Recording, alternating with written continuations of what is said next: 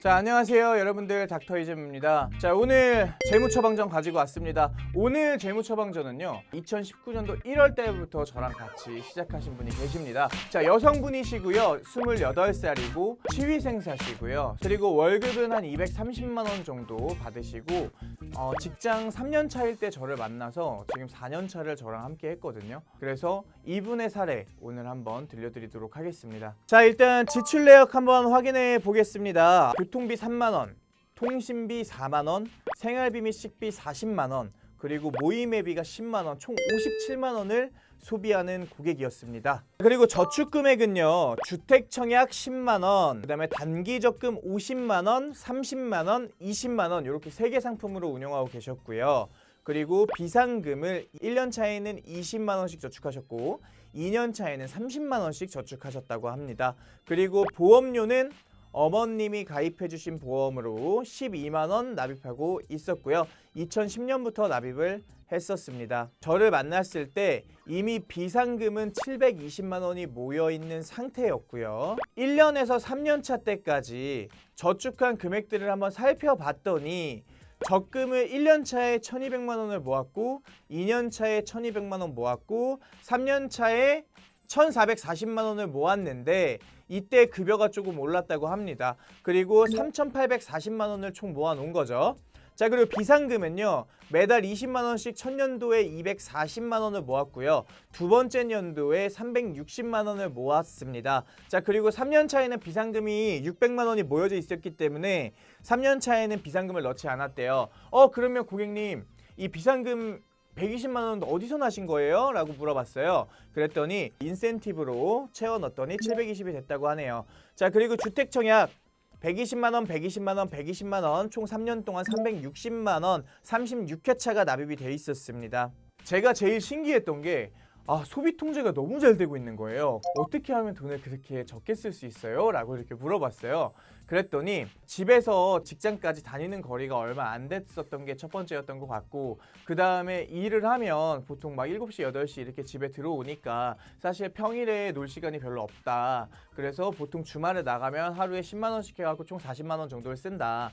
그리고 좀 번외적으로 우리가 좀 더 놀고 싶을 때는 모임을 많이 활용을 한다. 바리스타가 꿈이래요. 돈을 모아가지고 첫 번째 하고 싶은 게 카페를 차리는 거라고 했어요. 요 커피 만드는 모임이 있는데 거기에 재료비나 뭐 이런 다과나 커피 이런 거 먹는 것까지 다 해가지고 한 달에 보통 한 10만 원 정도의 회비를 내고 있다고 합니다. 그래서 이 고객분은요, 내가 어떤 카페 창업에 대한 어떤 꿈이 있었고 그리고 그거를 모임으로 승화를 한 거예요. 그래서 최대한 내가 시간을 잘 보낼 수 있으면서 내가 즐거우면서 내가 배울 수 있는 이런 것들을 한 거죠. 그렇게 해갖고 소비 지출 관리를 하고 있다고 합니다. 그리고 저축은 거의 대부분 적금에 몰려 있는 상태였고, 그리고 보험은 어머님이 가입해 주신 게 하나 있었습니다. 그래서 저를 만난 이유는 저도 한번 돈을 좀 불려보고 싶어요 라고 해갖고 저를 만나게 된 겁니다. 자, 닥터이 재무의 재무 처방 어떻게 나갔냐면, 자, 월 소득이 240이 됐습니다. 지출 내역은 전부 다 똑같고요. 자, 회비가 조금 한 단계 올랐어요. 최근에 모임 활동을 하나 더 시작을 해서 총 20만 원이 나간다고 합니다. 자, 그래서 모임 회비까지 다 해서 67만 원을 지출하고 계셨어요. 자, 그리고 적금도 전부 다 동일합니다. 근데 여기서 1년에 한 번씩 해외여행을 가고 싶다라고 하셔가지고 여행 자금으로 15만 원씩 따로 저축이 시작이 됐습니다. 그래서 단기 적금으로 돈을 모은 거는요 1,200만 원을 모았고요.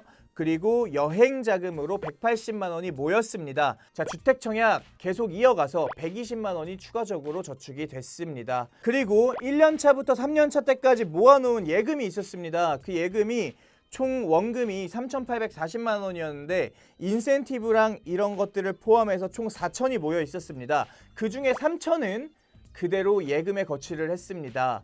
그리고 나머지 1,000만 원은 펀드로 이동을 시켰습니다. 그래서 나스닥에 500만 원 정도 투입을 했고요. 그리고 코스피 인덱스에 300만 원 정도 투입을 했고요. 그리고 차이나에 200만 원을 투입해서 총 1,000만 원을 펀드에 예치를 했습니다. 그래서 결과는요, 자, 나스닥에서 20%의 수익률을 올렸고요. 코스피에서 약 6%, 그 다음에 차이나에서 약 4% 정도가 되셔서 지금 현재는 매도를 해놓은 상태입니다. 1,000만 원을 투입해서 약 1,100만 원 정도를 모두 매도를 하셨습니다.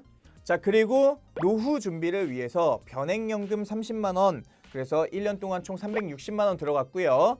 적립금은 362만 원 됐습니다. 그래서 총 102% 됐고요. 자, 해지환급금은 90%, 그래서 총 1년 동안 12%의 수익을 내셨습니다. 그리고 기존에 있던 보험 12만 원은 기존 보험을 그대로 유지한 상태에서 부족한 부분들을 조금 채웠더니 한 3만 원 정도 보험료가 추가돼서 총 15만 원 정도의 보험료를 납입하고 계십니다. 자, 이 고객님의 어떤 첫 번째 목표는요, 한 5천만 원 정도 우리가 모으고 그리고 1억 정도는 대출을 받아서 카페를 창업하고 싶다라고 이야기를 하셨습니다. 자, 그리고 두 번째가 이제 결혼이나 독립에 대해서 관심을 가지셨고요.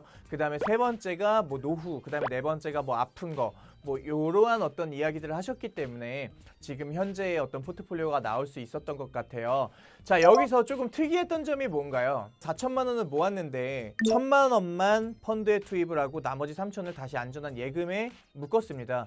결과상으로 보면 이 1,000만 원에 대한 이자가 100만 원 정도가 붙었기 때문에 수익률이 많이 나기도 했고요. 그러면은 한 2천만 원, 3천만 원 저기다 넣었어야지라는 생각을 할 수도 있겠지만 투자를 안 해보셨다는 게 문제입니다. 투자라는 거는요, 여러분들의 어떤 경험치라 그랬잖아요. 제가 아무리 관리를 해줘도 여러분들의 경험치를 무시 못합니다. 만약에 이 상황이 안 좋아져서 이 1,000만 원에 대한 부분이 마이너스가 났다고 가정을 한번 해볼게요. 그러면 닥터이재무 같은 경우에는 뭐 손절을 고려할 수도 있겠지만 경제의 흐름이나 돌아가는 어떤 상황들을 보면서 되려 저는 돈을 더 투입을 했을 겁니다. 리스크가 존재했기 때문에 고객 입장에서는 굉장히 당황스러울 수 있거든요. 아, 안전하게 예금만 넣었으면 그래도 원금의 손은 없었을 텐데 라는 생각을 할 수도 있잖아요. 그렇기 때문에 이러한 부분들을 좀 고객한테 인지를 시키고 싶었어요. 그래서 약간 1,000만 원부터 시작을 해보자 라고 해서 1,000만 원을 펀드로 뺐던 거고요. 그리고 보험, 여기서 중요합니다. 여성분에게 CI 보험의 조합은 나쁘지 않아요. 단 우리가 이 CI 보험을 보면요, 이 중대한 뇌졸중, 그리고 중대한 급성 심근경색, 그리고 중대한 암, 중대한 수술, 말기 신부전증, 말기 폐질환, 말기 간질환, 뭐 3도 이상의 화상, 뭐 이런 것들을 보장하는 게 이제 CI 보험이거든요. 그리고 다 1회적으로 한 번만 지급이 되는 거고요. 자, 그런데 여자분들한테는 이 조합이 나쁘지 않은 게 2010년도에 가입했으면 2011년도 이전에 가입한 보험이란 말이에요. 그러면 여기서는 갑상선 암까지 CI로 봅니다. 자, 그리고 2015년도인가 2014년도에 대장 전막내암이 이제 소외감으로 빠졌어요. 근데 이 CI에서는 대장 전막내암도 포함이 돼 있습니다. 그렇기 때문에 이 보험은 절대 해지하면 안 되는 거였고, 두 번째 포인트는 뭐였냐면 이 CI 보험에서는요, 여성 생식기 암 있잖아요. 여기에 몇몇 항목들만 빼놓고는 전부 다 CI로 포함을 시켜줍니다. 뭐 대표적으로 뭐 유방암 같은 거. 단 이 CI 보험에 이 부분적으로 보장이 안 되는 미흡한 부분들 있잖아요. 요 부분들은 우리가 특약이라는 걸로 원래 조합을 해서 채워줘야 됩니다. 특약을 없애놓고 보면 이 보험이 되게 안 좋을 수 있어요. 대신에 특약을 넣어서 보잖아요. 그럼 얘기가 달라진다는 거예요. 자, 뇌출혈이 걸리건 뇌경색을 걸리던 난 진단금을 특약에서 받는 거야. 뇌경색보다도 무서운 게 뇌출혈입니다. 자, 그렇기 때문에 이 특약을 조합해놓지 않고 봤을 때는 굉장히 좀 받기 힘든 보험이다라고 생각하겠지만, 실질적으로 치료를 받는 사람 입장에서 보면요, 뇌출혈 진단금 받고 그 다음에 후유장애가 왔을 때 더 큰 진단금을 받는 게 오히려 더 효과적일 수 있습니다. 그리고 중대한 급성 심근경색은 약관상에는 뭐 혈류가 막혀서 혈류가 뭐 폐색돼서 심장이 괴사하는 상태를 이야기합니다. 자, 그런데 보통 한 80%는 사망이세요. 그런 경우에는 사망보험금 나오죠. 급성심근경색 특약이 있다면 특약까지 같이 함께 지급을 받기 때문에 이러한 부분들에서 여러분들이 혼돈을 하시면 안 된다. 그래서 이분의 최종 결과는요, 자, 예금 4천만 원 중에 1,000만 원을 펀드로 뺐었고 적금으로 1,200만 원을 더 추가시켜서 총 4,200만 원이 되셨습니다. 예금은 4,200만 원을 지금 확보하고 계시고요. 그 다음에 여행 비용 180만 원은 이제 비상금 통장에 옮겼다가 그랬다가 여행 비용으로 지출을 할 예정입니다. 그리고 비상금 720만 원 그대로 유지하고 계십니다. 자, 그리고 펀드 1,000만 원 들어있던 게 1,100만 원 지금 현재 다 매도를 해서 CMA 계좌에 보관하고 있는 상태고요. 자, 그다음에 연금 360만 원. 닥터이재물을 만나고 뭐 엄청나게 큰 수익이나 엄청나게 큰 이득을 낸 건 아니에요, 사실. 워낙에 잘하고 계셨기 때문에. 자, 그런데 이분이 좋았던 건 뭐냐면 어쨌든 투자라는 거를 처음 해봤고 거기에 대해서 또 이익이 났고, 제가 그래서 말씀드렸어요. 나중에 혹시 마이너스가 나더라도 이럴 때는 이렇게 추가적으로 대응을 할 수 있는 전략을 짜시면 됩니다 라고 하면서 펀드에 대한 어떤 지식들이 조금씩 이렇게 올라가고 있다고 보실 수 있을 것 같습니다. 그래서 올해는 또 한 2천만 원 정도 또 펀드로 한번 운용을 해볼 생각을 하고 있습니다. 지금 우한 리스크 때문에 전부 다 빠져 있는 상태거든요. 자, 그래서 오히려 지금 단가가 더 낮아질 때 저희는 좀 추가적으로 계속 매수를 해갈 계획을 가지고 있습니다. 자, 오늘 저번 시간과는 다르게 굉장히 프로 저축러의 고객의 어떤 사례를 들려드렸고, 여러분들도 내가 저축을 조금 잘하고 있다면 조금씩만 변경을 해보세요. 돈 잘 모아놨으면 그 돈 예금 통장에다 그거 넣어놓고 뭐 할 거예요? 돈이 일하게 만들어야죠. 좀 단계적으로 소액으로 조금씩 시작해 가면서 아, 이렇게 하니까 펀드가 오르더라, 이렇게 하니까 내려가더라, 아, 내려갔을 때 어떤 조치를 취해야겠구나, 이러한 부분들을 조금씩 배워가면서 여러분들이 성장해 나가신다면 여러분들도 곧 프로 저축러가 되실 수 있을 거라고 생각합니다. 자, 오늘 방송 여기까지 하도록 할게요. 안녕.